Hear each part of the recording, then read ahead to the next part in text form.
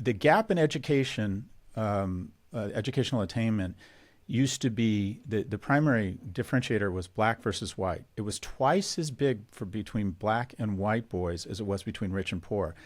It's flipped now. It's twice as big between poor and rich boys as it is between black and white boys. 51% of Harvard's freshman class is non-white, but the problem is 70% of those parents are dual parent households that make more than the average income. So all we've done is reshuffle the elites to wealthy people. Hello and welcome to the Bulwark's Next Level Sunday interview. I'm your host, Tim Miller. I'm here with the great Prof G, Scott Galloway. He's the host of the Pivot Pod with Kara Swisher and the Prof G Pod, author of Adrift America. He's on a bunch of boards. He's an investor. He is a public thought leader on tech and business and parenting and politics and whatever Kara Swisher is interested in talking about each week. First question is for you is how many hours are there in a day on your planet? Because you seem to have a lot happening. Oh, first off, good to be with you, Tim. I'm boasting now. I get invited on a lot of podcasts, and I was like, oh, Bulwark, I like those guys. Thanks for having me on. You know what? People think I work a lot harder than I do. Greatness is in the agency of others. People think it's when they see my No Mercy, No Malice newsletter or they hear my pods, they think it's me in my basement just working around the clock. Prop G Media is 12 people. I've been fortunate enough where I've started enough companies where I have sort of a go-to group of people where we can kind of finish each other's sentences. But I work 40 to 50 hours a week, maybe. And I used to work, my guess is, Tim, you're at that age where you're trying to, kill it and establish economic security, which probably means you're working a lot more than that. I don't work that hard. I used to work very, very hard, but no, I don't work nearly as hard as you would believe. Well, that's impressive. And I like how you got the newsletter drop in there too. I gave that long list and I still forgot something. Okay, well, I want to start. I'm sure there's some people like me. Our producer, Jonathan, is just talking about, I think he's a stalker of yours and knows your whole life story, but I don't think that'll be true for everybody that listens to the Bulwark.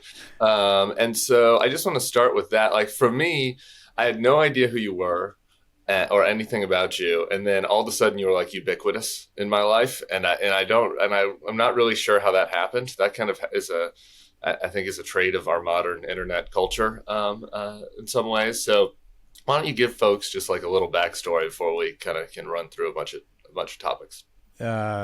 Sure. So raised by a single mother who lived and died a secretary. The generosity and vision of California taxpayers and the Regents University of California saved my ass. I got to go to UCLA when it was $400 a quarter and had a 76% admissions rate. I got a 2.27 GPA. And with that, Berkeley decided to let me in for graduate school. I started a strategy firm in my second year of business school called Profit. It'd be nice to be a boomer, Boss, what you just said is so true, and I'm very aware of it. I really am. It's easy to credit your grit and your character for your success. I had gale force fucking winds in my back, and I'm very cognizant of that. To be born a white heterosexual male in California in the mid-'60s was to literally hit the fucking lottery. And until the age of 40, my narrative was, look at me, I overcame all these obstacles, check my shit out. And then as I got older, I realized I really did. Maybe I was in the 99th percentile of luck, but I was in the 99th. And I do recognize that. Started a strategy firm, sold that, then started an e-commerce company called Red Envelope. That went public in 2002. And then at a young age was blessed with what do you want to do with the rest of your life? What I thought was some economic security, although I lost it again and then made it back and then lost it again. But I decided I wanted to teach. So I joined the faculty at NYU, where I've been for a good 20 years now, and started a company called L2, a business intelligence firm, started coaching or counseling or advising hedge funds and VCs to co-invest. That's where I've kind of made real money. And now I'm kind of trying to think about what I want to do the next 20 years. And I want to, I'm very focused on issues around teen depression and struggling young men and just, lead a really rewarding life, have a wonderful family, get to do wonderful things, make good money. And I'm focused on things I'm really, really interested in. So why the media pivot? That pun was unintended there. Mm-hmm. Like you could not do this, mm-hmm. right? I mean, it seems like you could, go on more vacations, or Mm-hmm. so more bored? Like, there are other things that you could be doing. Like, is it the passion? Is it that you like the feedback? Is it that you feel like you can make a difference? Like, what is it? What was the motivation for going all in on doing media stuff? Some of it's narcissism. I get a huge amount of reward hearing my own Yeah, voice and seeing my face on TV. It's very rewarding to me. Um, yeah, same, hard, same. it's the truth. It's rewarding for me. I'm desperate for other people's affirmation. People seem especially impressed when you're in the media. I'm good at it. I make a lot of money doing it. I'd like to think that I can have real reach and influence if I can write something to move somebody and then they hear a podcast. You really can. I don't know if you found this, Tim, but the medium really is the message. If a bike messenger in mid biking, out in the street, high fives me, I know that he or she has seen a video. If someone writes me this intense, long email about their struggles with their kids, I know they've read a book or one of my newsletters. If someone comes up to me in a restaurant and just starts talking to me and I think, do I know this person? Because they are so familiar and so friendly, it's from the podcast. Right. Because there's something about the intimacy you establish with someone when they not only hear your voice and you're talking to them, but when you're physically in their ears while they're doing something intimate. They're walking their dog, they're working out, they're listening to it with their son. And that, quite frankly, other than the ego and the money, is the most rewarding thing, because I feel as if people are so nice to me. People come up to me, they're friendly, they want to know me, they're complimentary, and it's for someone like me who never had that type of reward. It's just, I got to be honest, it's just hugely rewarding, and I'd like to think I'm making a difference or staying relevant, but yeah, it's the media is a ton of fun. I spent a lot of time trying to do TV. I'm 0 for 5 on TV shows. I've had 5 TV shows. They've all either gotten canceled before or soon after they started. So I finally figured out I had a face for podcasting. But I love writing, love podcasting, and love speaking. I make the majority of my living now, actually, or my current income, from speaking gigs.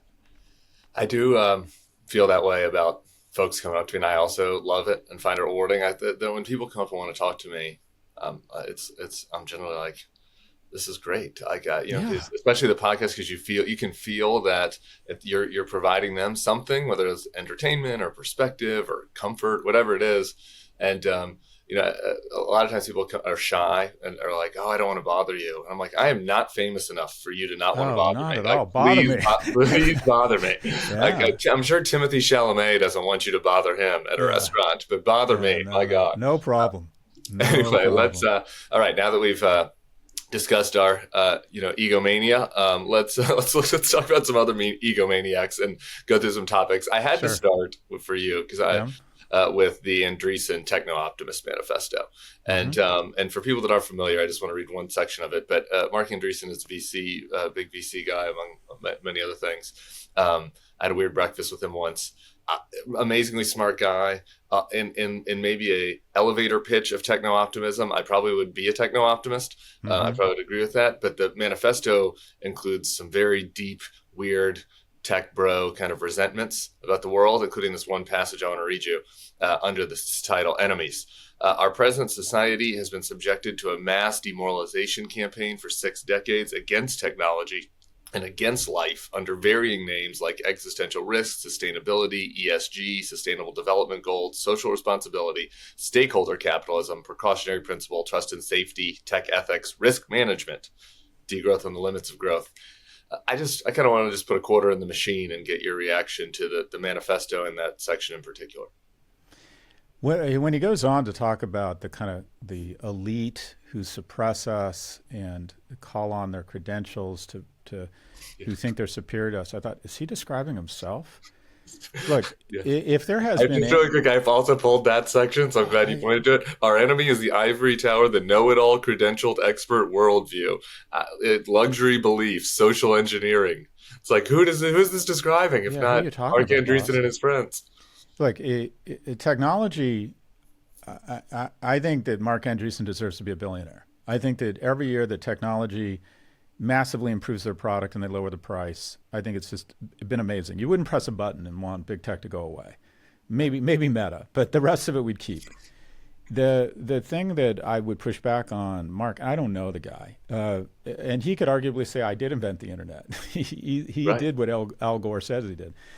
The thing that bothers me about the kind of tech bro culture, and I was part of it, kind of coming of professional age in '90 San Francisco, is that if you look at who are the most loyal Americans, it's veterans, the people who have invested the most in America.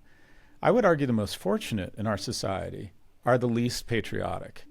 And that is, none of these guys want to acknowledge that if you look at a map and you look at companies worth more than $10 billion, they're littered up and down the West Coast of North America. And start in San Diego, you have biotech firms, Qualcomm. You head up towards LA, you get SpaceX, you get Snap. You keep going north, you get Salesforce, Meta, Google. Keep going north, Amazon, Microsoft. I mean, they're just literally littered up and down the western seaboard. And then you get to the Canadian border, and it stops until you get to Lululemon in Vancouver. You get to San Diego, and it stops until you go another 5,000 kilometers until you get to Mercado Libre.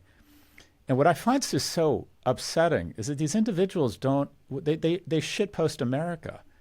They find that our institutions and these educational, the government and these educational institutions are the problem. When the reality is every large company in technology was built off the backs of the greatest VC in history. That's the US government and the limited partners, the investors who are the American middle class. I don't care if you're getting $450 million in subsidies for EVs, Tesla, and charging subsidies, Tesla again, or GPS, or DARPA. All of these companies have built a thick, remarkable layer of innovation on top of huge infrastructure investments that have not been made anywhere else. A tax policy, an economic policy, massive amounts of graduates from Carnegie Mellon to Berkeley to Stanford to UW that just absolutely are the coal in the furnace of their innovation. And yet the moment they get their billions, they want out. And they start shitposting America. I find this techno-narcissism where they somehow decide after being the most fortunate people in history that somehow they're victims and they want out. And it strikes me as just so tone deaf. It's like take Meghan and Harry times a million that don't recognize their blessings and want to start shitposting their family. It's just fucking obnoxious. This notion that somehow they're victims. Other than thank you, I don't understand what on earth, or thank you, and I feel grateful, and I'm focused on how to give back now. I don't think there is any appropriate response.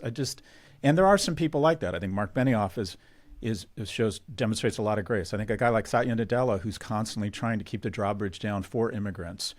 There are some people in tech who I think do demonstrate some humility and grace, but the techno weird neo-libertarian shit is just fucking obnoxious, and it's really disappointing. Yeah, and the worst of that, of those people, by the way, because I agree with you on Andreessen, he deserves his billions, and the people that started these companies deserve it. I'm a capitalist, but I really hate the obnoxious complainers who are like the fifth employee at PayPal. It's like, congrats, yeah, man. I had a biz dev that's worth $700 million now. Yeah, congrats. You were friends with Elon at Stanford or Peter Thiel or whoever, and now you're going to kind of complain about everything like that. This is what turns me into Bernie Sanders. Like I used to, like my biggest tax policy shift was meeting these people, asking them for money for anti-Trump stuff, and I was like, you people are turning me into Bernie Sanders just listening to your rants. I will say this about Andreessen, like there is one area where I do agree is I don't mind if these guys are saying, okay, hey, because of our experience and because I have my hands in all these different companies and just this view of what's happening in the economy, like I have thoughts about how the government could make things more efficient or, or how we could streamline things or fix things or lift more boats or, there are a lot of people in Silicon Valley, to their credit, that are trying to, how do we innovate in other parts of the country? So it's not just the West Coast, right? Like all of that it makes sense to me, but it feels like we've tipped over from like, we're trying to be technocrats and make government more efficient, which was kind of in vogue in the Obama years, to now this like libertarian, anti-woke weirdness. Yeah, I just want out. And the thing that really bothers me, and it's sort of the same flavor of a different confectionery is all of these people who leave California for Texas and Florida and then start shitposting San Francisco. Show me a VC who is shitposting San Francisco, and I'll show you someone who's about to recognize a big capital gain and has decided he can no longer tolerate the unbearable living of a high tax state and now loves Austin or Miami, where he or she is about to sell billions and billions worth of stock. I mean, it's like, boss, we're not stupid. It's your right to move to a low tax state and recognize the capital gain. But do you need to stick the middle finger up on the way out the door? I just find the whole thing very kind of distasteful. So related, kind of, a little bit of a subtext to the manifesto that's more substantive, I'm interested in your view on, is the kind of coming AI, and I think Andreessen and others are, wanting obviously the regulators and government to keep their hands off this and, let creative destruction happen, maybe in a apocalyptic sense here when it comes to AI. So I'm wondering, I'd be interested in your take on like what you see from AI as opportunities and what you see from regulators as folks as the places where we really do need intervention to protect us from some of these dreamers and optimists. I'm an AI optimist. I find that all of the catastrophizing is a function of the same techno-narcissism, where people like to think that their technology is the singular point of leverage to save or destroy humanity. And I don't find it a productive conversation to say, I'm the father of AI, and now that my options are vested and I'm worth millions, I'm worried about it. It's like, well, okay, that's not helpful. Right. And what I generally think it's going to be a positive. And my sense is if we figured out a way to handle bioweapons and nuclear weapons, we should be able to figure out a way to find this. And the notion that it's going to become sentient, I'm not a philosopher, but I've never seen any evidence that any machine has intention or emotion. That it'll create income inequality. I think that's true, but I think we have that same problem across all the technology. That it'll become a super weapon. I think there's probably some things there, but there are now weapons available where they can blind everyone on the field. There's lasers now that they shoot out one beam of light and would blind everyone on the field. And everyone, including our adversaries, have said this is probably not a good idea. None of us are going to manufacture this. We have largely put a lid on bioweapons across. We've taken nuclear weapons from 0 to 50,000 back to 10,000. So I do think we've handled similar threats. I think it's going to create more jobs than it destroys. The arc of every technology is there's job destruction in the short run. Automation did destroy some jobs on the factory floor, but we didn't envision heated seats or car stereos. The automobile industry now employs more people. I think the same thing will happen with AI. I think there's going to be a ton of new applications for people with different skills. Hopefully this time we'll take some of those gains in productivity and shareholder value and use it for retraining and to help the people who are displaced, which we've done a really bad job with in terms of globalization or new tech formats. But I'm an AI optimist. I think the most exciting parts of AI are first and foremost healthcare. In the United States, we spend $13,000 per person for lower life expectancy and higher infant mortality. The way you would describe healthcare in America is the way a lot of people describe San Francisco right now, expensive but bad. And so I think that pushing out, using a series of smart cameras and smartphones, preventive healthcare, using AI, give them your grocery receipts, give them your sleep monitor, give them your credit card charges, your cable bill, and they're going to say, okay, when you need to text us about the mole. I think a good third of America is intimidated, underinsured, doesn't have a lot of confidence, and feels a lump in her breast and doesn't know what to do, and then it becomes metastatic breast cancer. Or has a kid with diabetes and the mother managing that kid's diabetes, and let's be honest, it's always the mother, spends 5 months of her year managing that kid's diabetes because of all the insurance, the breakage, the specialization, the pharmacies, the needs for pre-approvals to get to a specialist. If we can give her 2 months back for self-care, care for others, make money, I think there's just an enormous unlock around taking healthcare from a defensive, disease-driven industry to an offensive healthcare-related industry using AI. My biggest, and there's going to be niche applications everywhere for AI. I think it's very exciting. I don't think AI is going to take your job. I think someone who understands AI is going to take your job. So no matter what job you're in, start experimenting with AI. And just as I'm sure I would guess, like me, you're experimenting with, all right, let's do this podcast in Korean using an AI and see if there's a market for Prof G or the Bulwark in Korean, whatever it might be. The biggest fear I have about AI, and it's something I'm focused on, is loneliness.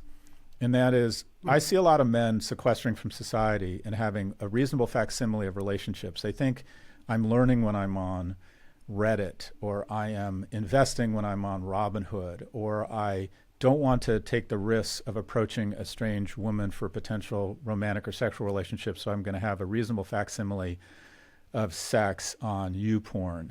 There's now talk, the searches for AI girlfriend have exploded. They think the sex bot industry, essentially sex dolls, is going to be bigger than the motion picture box office domestic receipts in about 5 or 7 years. And I'm worried we're just creating a generation of men, for a lot of reasons, will not want to engage in the risks and the rejection and the effort of establishing real relationships. There's a reason romantic comedies are 2 hours, not 20 minutes, because there's obstacles. They're hard. I've been an entrepreneur and single most of my life, so I've endured a lot of rejection. And that rejection and learning from it and overcoming it is key to my success. And I worry that a lot of young men are being tempted with algorithmically driven substitutes, whether it's porn or or you think you have friends, but you're not really experiencing friendship on Discord. You get some sort of dope hit either from vaping in your basement or playing video games instead of actual real play or real sports. And I worry that we're raising a generation of men who are just going to become totally unviable. And that is, they fall out of practice. They never develop the skills, the mojo, the economic viability to be attractive mates. They become resentful, they become misogynist, they become more prone to nationalistic behavior, they become suicidal. Men are now committing suicide at a 4-to-1 rate, men to women. It used to be 3-to-1, now it's up to 4-to-1. And I worry that we're leaving an entire generation of men behind because these algorithms and these companies want to convince you that, you don't need to actually work. You can trade, Cumrocket, or you can trade Solana. That's actual learning. And I would not have gone on campus and graduated from UCLA had the prospect of potentially meeting someone and having sex with them and establishing a romantic relationship if that wasn't part of the reason to engage in college. I would not have endured the humiliation of approaching a strange person in a bar. I would not have reached out to mentors. I would not have sent cold emails to potential funders, potential business partners, had I had some of the reasonable facsimiles of those things that are available now. And I think it's very tempting for men.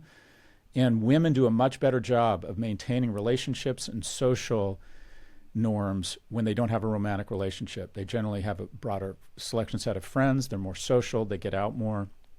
And without the prospect of a romantic or a sexual relationship, men sequester from the majority of the relationships. They don't develop professional skills. They don't take care of themselves. And in some, they become really shitty citizens. And I'm worried that AI is going to take that and just put it on steroids, where we're going to have a bunch of men having relationships with algorithms and sex dolls, and they're just literally going to fall off the face of the planet, and we're going to lose them. Yeah. I think that overlaps with a lot of the topics that I write about and think about in the political sphere, and a lot of the potential threats and fears. When you look at the rise of the radicalization of, it's mostly young men. It's not even just young white men anymore, but mostly young white men, who are being attracted to, these far right politicians like Trump, but even like the social media figures like Sneeko and things like this, like being attracted to these very toxic guys because they're not getting any gratification in their own life, and they're turning politically to, I want a strong man, I want to see the elites get punished. I'm not getting, I'm not accomplishing anything that gives me satisfaction, so I want to tear other people down. I do think there's a direct overlap there, and I wonder what your view is on this, because I'm very unsympathetic to the most of, it's like 90% of the woke criticisms of culture, but I do worry about the message young white men in particular, are getting sometimes from broader culture. And I think that a lot of times their grievances are unfounded, and I kind of want to play the tiniest violin for them a little at times. But also, I just think as a culture, man, like we're not going to be in a good place if these young white guys feel like they're second class citizens, aren't having sexual partners, aren't having fulfilling work. Like we're going to end up getting Donald Trump on steroids coming around the corner. Yeah, the problems you mentioned though are especially acute not only for young men of color. Actually, the bottom line is we have a big problem, and that is the sins of our father and our grandfather are being paid. The price is being paid by young men, and that is, if you look at young men, 3 times as likely to be addicted, 4 times as likely to kill themselves, 12 times as likely to be incarcerated, more single women now own homes than men. In the next 5 years, we're going to graduate 2 women from college for every 1 man. You think, well, that's fine. They deserve it. Okay, the problem is women aren't interested in mating with men who are socioeconomically horizontally or down. They're only interested in horizontally or up. So the pool of available viable mates for men is shrinking. And that is, how many times have we heard, I have these great women in my life that are smart, attractive, and they can't find a man to date. No, they can. They can't find a man they want to date. And in no way should we be arresting the amazing progress and the hard-earned progress that women have made. But at the same time, compassion is not a zero-sum game. When you see manufacturing jobs outsourced, when you see men are biologically just have a more difficult time demonstrating the behaviors that the industrial education complex wants them to demonstrate, when you see that they are having trouble finding, literally the odds are so stacked against them. If they're one of the 90% of people that's not over 5'11" and doesn't make over $100,000 by the time they're 30, they get shut out in the online dating market. And because they're not going into work, they're not going to church, they're not going to the mall, they're not going to the movies, there's no environments for them to meet a potential mate. So you have skyrocketing suicidal ideation and loneliness and despair. And just because, I mean, compassion's not a zero-sum game. Gay marriage didn't hurt heteronormative marriage. Civil rights didn't hurt white people. So if there was any other group that was registering the kind of real hardship this group is registering right now, I think there would be social and economic investments. We would say, and a lot of people say to me, Scott, when I talk about this, where were you for women? I'm like, we were there for you. We had affirmative action. We had Title IX. I'm on boards of directors where we spend a lot of time trying to find and recruit and put women on our boards because we realize it's important that women have the same shot that we did, and we're vastly underrepresented. We were there for non-whites. So we need to be there for this group of people. And I think it's important we get away from the race-based identity politics, because what it really comes down to is income. And that is young men who from wealthy households are fine. Right. They're fine. Young men from middle class and lower income households are just fucked right now. The gap in education, educational attainment used to be, the primary differentiator was black versus white. It was twice as big for between black and white boys as it was between rich and poor. It's flipped now. It's twice as big between poor and rich boys as it is between black and white boys. 51% of Harvard's freshman class is non-white, but the problem is 70% of those parents are dual parent households that make more than the average income. So all we've done is reshuffle the elites to wealthy people. So if you identify a young man who comes from a middle class or a low income household, I challenge you to find a group of people that are facing more dire circumstances right now. And you could, and then even trans look at folks maybe, but yeah. What's that? Trans folks. Oh, fair enough. Yeah, you win. That's about fair it. enough. Fair enough. Fair enough. That's, I think, 0.5% of the population. Right, exactly. This is, well, anyways, but so the question is, what are we going to do about it? And what you hear is a different nomenclature. When we talk about the issues facing non-whites and women, that we talk about investment, we talk about empathy. When you hear about young men and the challenges they're facing, you hear terms like accountability, pull yourself up by your own bootstraps. And you have a group of young men who are essentially paying for the price of my privilege. They get resentment because people look at my generation and see, you had such a head start that someone who looks like you, even though they don't have the same access to inexpensive education, they don't have the same access to mating opportunities, they don't have the same professional opportunity, they don't have the same bias for you that you had. They don't have the same incredible advantages. But we're going to take it out on them. We don't feel any empathy for them. And the group of people who has been most receptive to my conversation around this, or when I talk about this, and I've been talking about it for 36 months, and the narrative and the tone has changed dramatically. I was called a sexist, a misogynist, Andrew Tate at NYU. Peterson. Jordan Peterson. Just people coming after me. It has flipped. It is a much more productive conversation now. People have a lot more empathy. And the one group of people, hands down, that are most supportive of this dialogue, hands down, mothers. Moms. And it goes something like this. I have 3 kids. My daughter's at Penn. My other daughter's in Chicago in PR. And my son's in the basement vaping and playing video games. And has no relationship prospects, few friends, isn't even getting out of the house, isn't working out. And I just can feel him circling the sink here. And so the woke narrative, if you will, or the far left, I find is way too focused on identity politics. And I think that we should be talking about, to have a productive conversation. I believe in affirmative action. I don't think it should be gender-based. I think it should be income-based. And I think that would get to the same people without this conversation of men versus women, non-whites versus whites. But on any objective standard, income, house ownership, mating opportunities, likelihood of killing themselves, obesity, whatever you want to look at, depression, young men from middle and lower income homes are doing worse than almost any group. And the question is, the whole point of a society is we make investments to help groups that are struggling. It's time we moved in and started helping this group. Yeah, this is right. It's sometimes, I think, hard for people to hold two things in their head at the same time. Like, it is true that white men, in particular, men, are still overrepresented dramatically at the elite, in the elite environs, right? CEOs, right? Like these sorts of things, right? But that doesn't do anything for the lower middle class, like, white kid that didn't do, or black kid or whatever that didn't do well in his SATs, right? Like that's not like doing anything for them. The fact that middle-aged white people, that white men were better off, right? And I think sometimes that's like a concept that I think some on the left struggle to navigate. Agreed. I want to do one other thing on AI. Just by the way, we had Reid Hoffman on, and he made the same pitch on healthcare. And I'm totally sold on that. Absolutely. And I've talked to I got a lot of doctor buddies from college, and they're very excited about it. But here's my area of expertise is much narrower and much less important to society, but kind of important, which is the news and information environment that people are getting. And here is where I'm really concerned about AI, and you kind of didn't cover that. And so I'm just interested in what you think. I mean, I just, as a very high information consumer, like obsessive, my iPhone report on how much time I spend on it every week is increasingly depressing every time I look at it.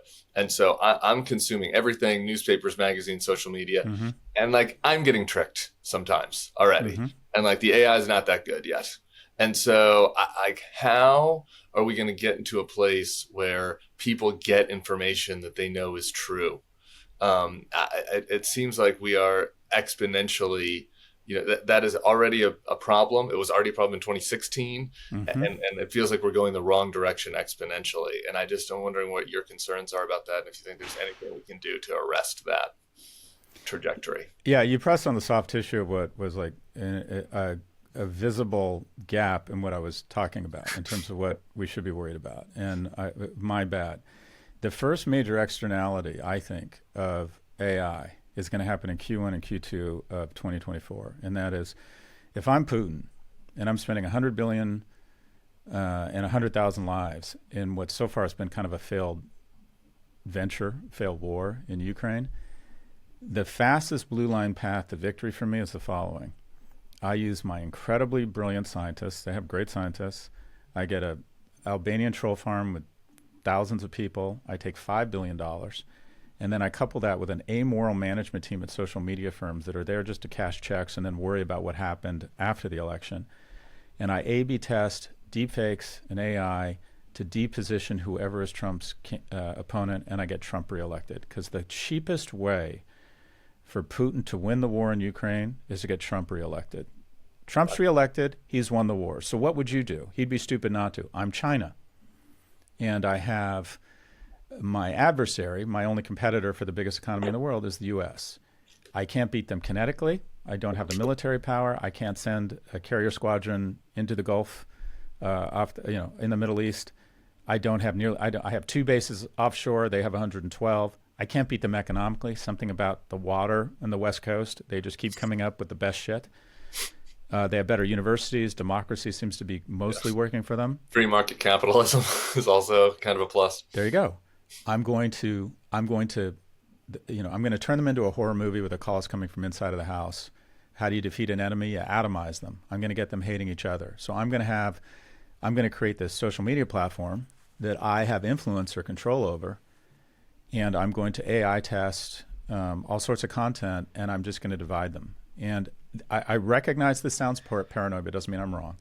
I think we're going to find in the fullness of time that the CCP very elegantly, insidiously put its thumb on the scale of pro-Hamas content for younger people, knowing it would divide them from an older generation. People my age are 70% pro-Israel.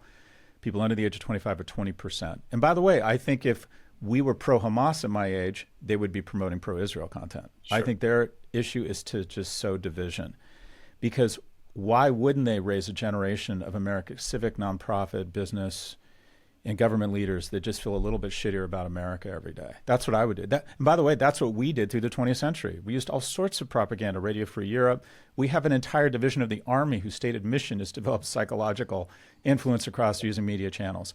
They now have a neural jack implanted into every youth who spend more time on TikTok than every other streaming media combined. They would be stupid not to create division. I mean, we can't get bills passed because we can't get a Speaker of the House that controls his party.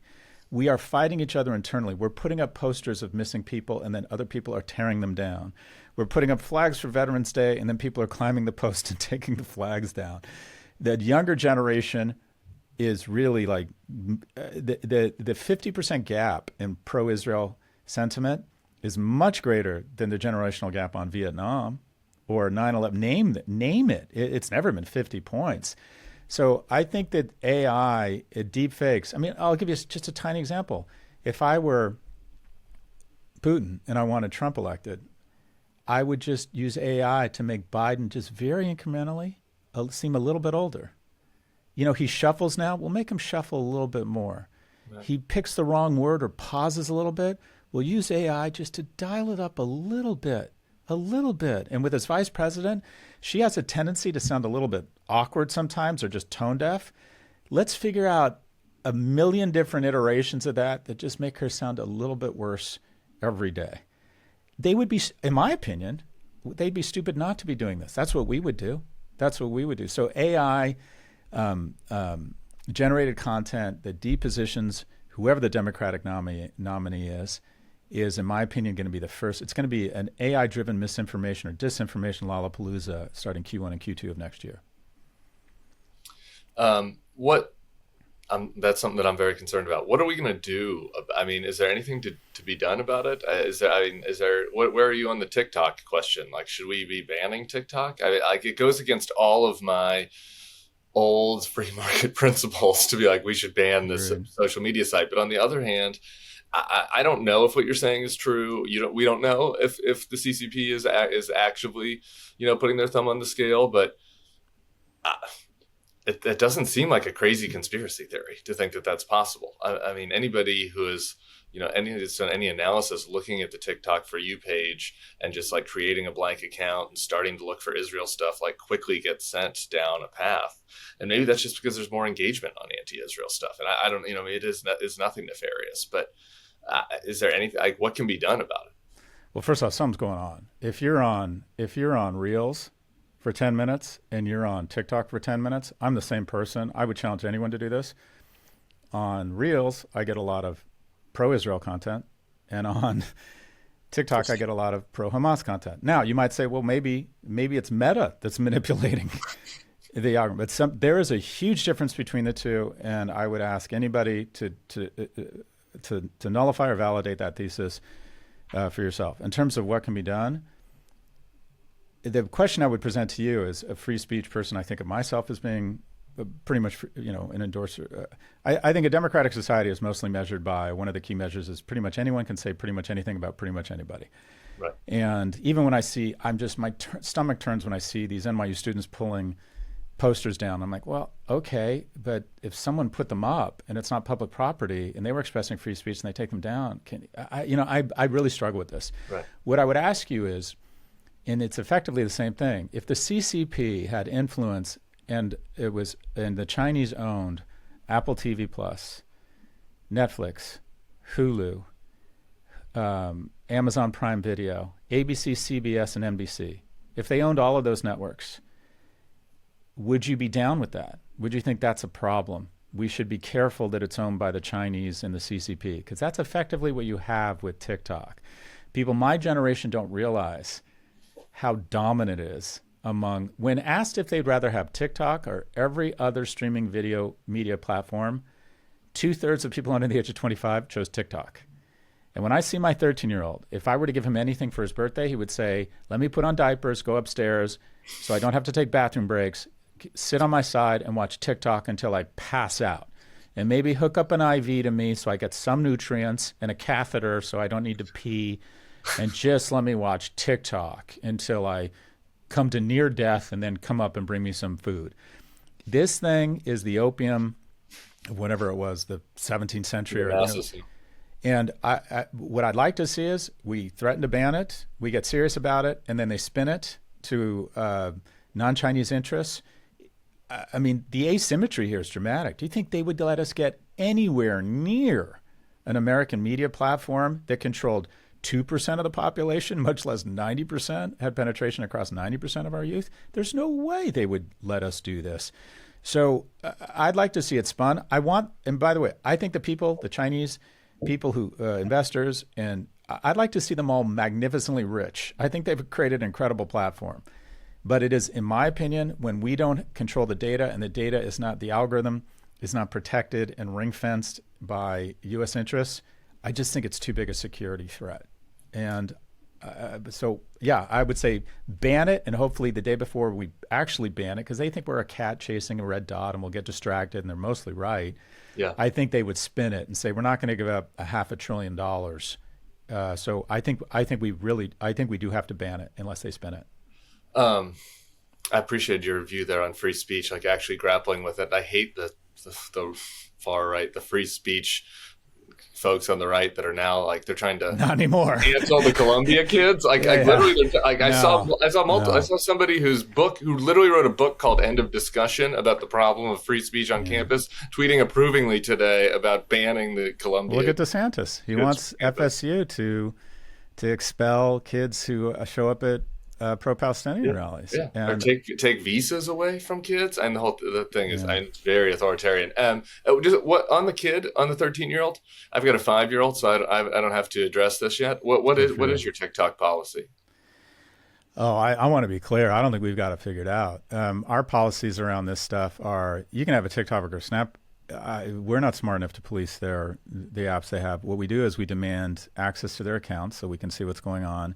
We don't let them go into their room with their phone alone, especially at night, because I think that's where they can go down a rabbit hole that's very upsetting. I think it's worse for girls than it is for boys.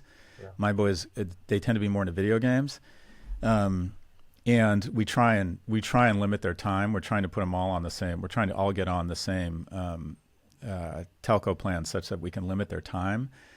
But we haven't got it figured out. My son struggled with device addiction during COVID, crept up on us. You'd think I would recognize this, crept up on us, and all of a sudden it was like he literally was addicted to this thing and became a mess. So anyone who thinks they have their screen stuff figured out with their kid, that means they don't have kids. It is really, if we look back on this era, and I think in 10 or 20 years when we look back on this era of big tech, Tim, I think we're going to regret the monopolization or the monopoly abuse, the weaponization of elections, the making our discourse more coarse. But I think by far our biggest regret, I think we're going to look back on this era and think, how the fuck did we let this happen to our kids? Yeah. It's just all the data around teen suicide, self-esteem, young girls, eating disorders, radicalization of young men. And it's not just Meta, it's Google, it's YouTube. Christ, it's even Pinterest sending out emails to 14-year-old British girls who have expressed an interest in suicide, saying, here are some images we thought you might find interesting. And they send them images of nooses, razor blades, and pills. It's just, we're going to look back and go, how on earth, why on earth are we not age gating social media? We age gate cigarettes, porn, the military, alcohol, but we've decided to let a 13-year-old on Snap or on Instagram. It just makes no sense. Yeah. Hard to argue with that. You did mention one topic that we have a disagreement on in there, and so I want to give you a chance to win me over. Sure. I'm not sold on the antitrust, the monopoly power, and I think that the last year of Elon's taking over of Twitter has kind of proven my side, given some ammunition to my side. I mean, we have an unbelievable amount of new social media outlet proliferation. Now, they're not all as big as the other ones, but Donald Trump is a social media outlet now. There's Blue Sky. Zuck spun off another one. Snap actually is persistently doing okay, right? I mean, it hasn't become one of the big ones, but there's still daily active users. I have a Snap show that gets 6-figure views a week, so kids are still on there. So I just don't see it. To me, it doesn't feel like we do have a monopoly issue. I think there are other issues with those companies, but I don't think it's an antitrust issue. Sure. So and by the way, a lot of smart people have the exact same view you do. But let's talk about social media. What is the market share of Meta and social media? Like in ads, you mean, or in traffic? No, total usage, total time. The percentage of time spent on a Meta property as a percentage of all social media time.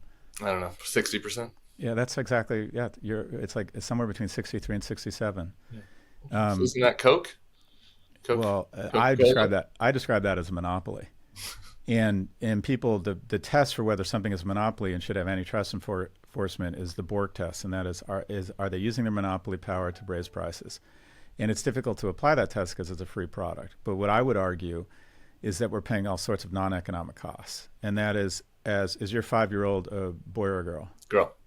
So I would argue she's very ripe for this type of bullshit abuse, lack of concern for her well-being at the hands of Meta.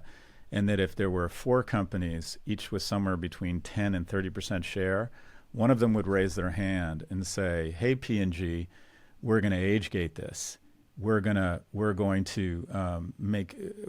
spend a shit ton of money trying to figure out what content should be not allowed on the platform." And right now, advertisers have no choice. If you're a small business, you have to be on Meta. I just don't. I'm on Meta. I can't stand the company. I'm on it. If I want to build a podcast or a business or an ed tech firm, I have to be on Meta. So I believe we're increasingly.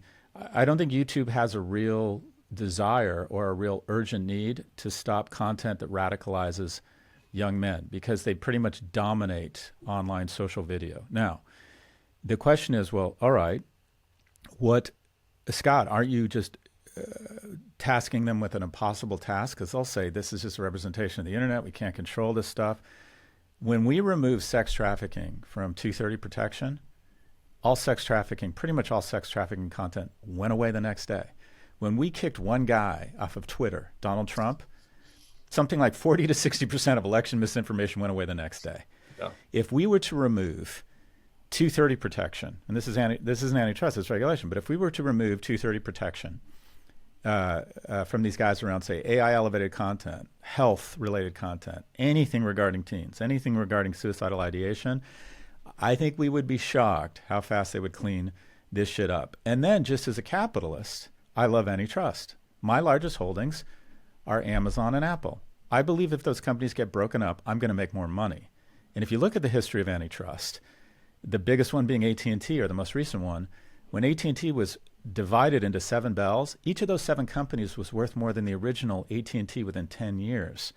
Because we found that fiber optics, cell, data were all hidden within Bell Labs, who didn't want to ruin this monopoly they had on long distance lines, where I used to go into my dad's office to call my mom because he had something called a Watts line. And what do you know? OpenAI shows up, and it ends up all of this AI that was actually invented at Google has kind of been lying fallow because they're like, before you go too hard at the AI, make sure it doesn't fuck with our core business called search. Right. So one, who benefits from antitrust? I think consumers benefit. I don't think that we're going to have a lack of innovation. I think investors benefit.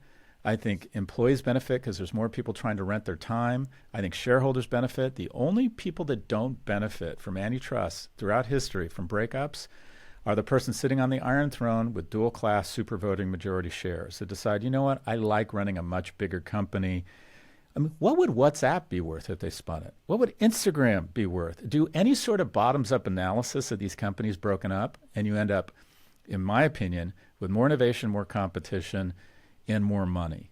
And so I'm a fan of antitrust. I also think we need regulation. I think these companies have gone way too powerful. Also, the ecosystem has become unhealthy. If you look at, everyone's like, oh, NASDAQ had its best first half in 40 years. No, it didn't. 7 companies had their best first half.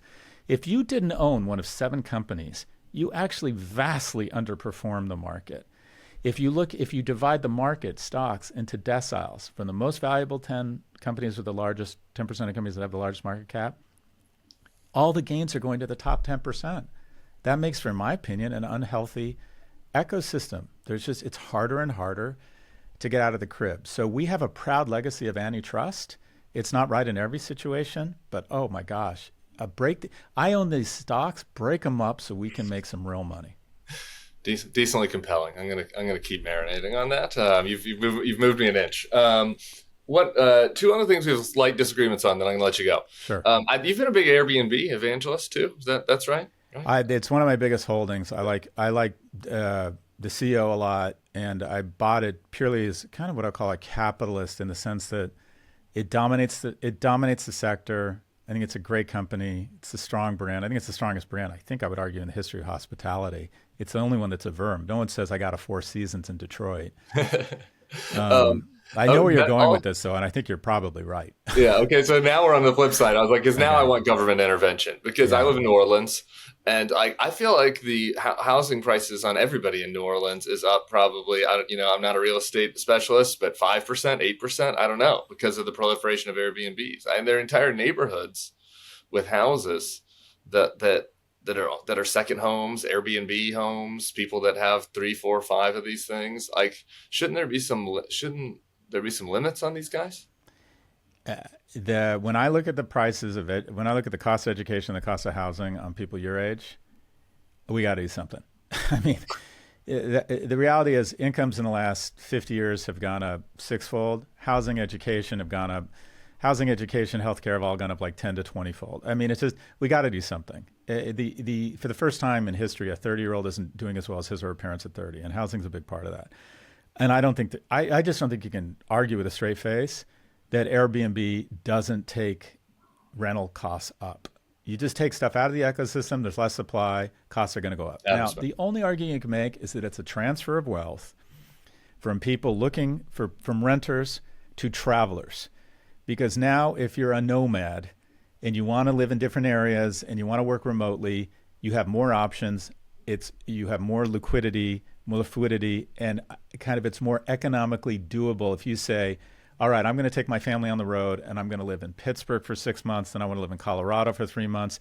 You could make the argument that it's a transfer of wealth and economic power from renters to quote unquote nomadic or travelers. Having said that, Tim, I think you're right on this one. I get it. When New York says we got to limit the number of Airbnbs, or you just can't, we got to get these people out of the business of finding the 6 best apartments on the Lower East Side and renting them all and then Airbnbing them out. I get it. We have podcasting is always more fun when you have some disagreements than agreements. So I do want to say, as I was listening to some of your other pods, we don't have time to get into this now, but one of your most compelling ideas that I hadn't even considered on the supply and demand side was what you just kind of referenced on colleges and how these guys should have, like, I think your line was that Harvard is letting in 1,500 people. They should be letting in 15,000. And that hadn't even occurred to me that should be something we should be pushing for on change. And that's absolutely 100% right. So anyway. I appreciate that. And just for the rant, we have a misdirect. We argue about who should get in. I can solve all these problems. It's not who, it's how many. And when you sit on the GDP of Costa Rica and you're only letting in 5% of your applicants, and the director of admissions says we could have let in 3 times as many with no sacrifice in quality, then the answer is, well, why wouldn't you, boss? Right. And if they don't grow their freshman seats faster than population, they should lose their nonprofit status. It is morally corrupt. When I applied to UCLA, the admissions rate was 76%. Now it's 9%. And let me just flex here. I gave $15 million to UCLA last year.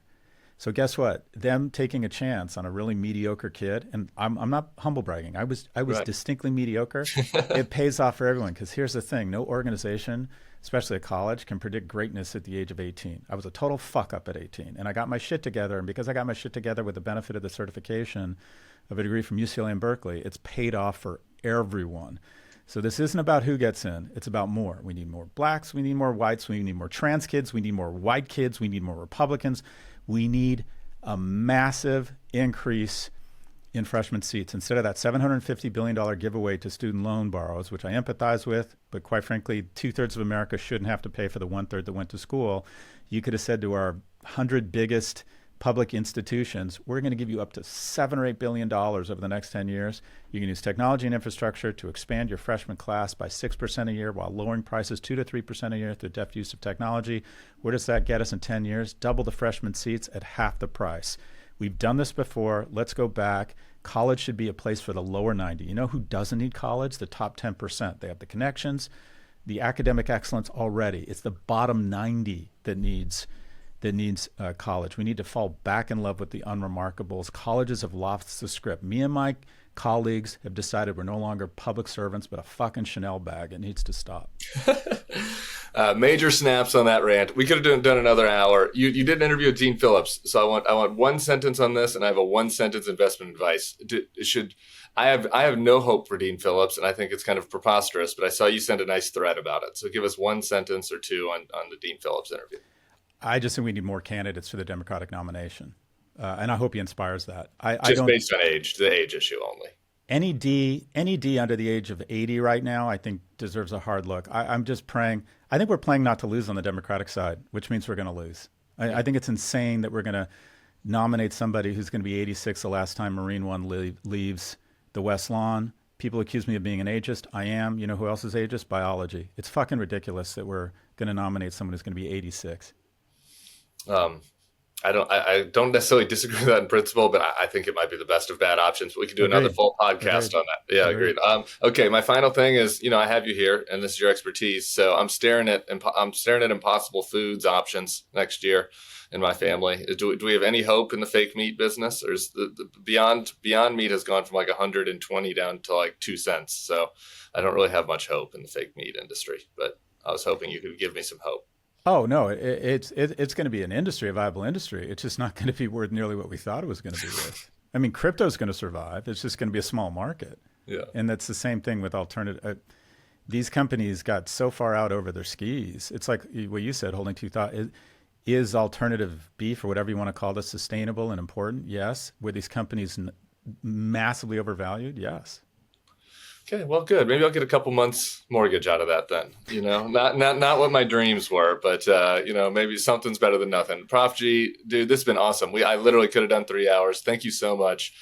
People should go check out your podcasts and newsletters and everything else if you haven't. And thanks for checking us out at the Bulwark. And hopefully you can do this again sometime. Tim, congrats on your success. And I really enjoy your voice. You're reasonable, and us raging moderates have to stick together. So keep on keeping on, brother. We do. Congrats. Back at you, brother. Say hi to Kara for us. We'll talk to you later. Take care.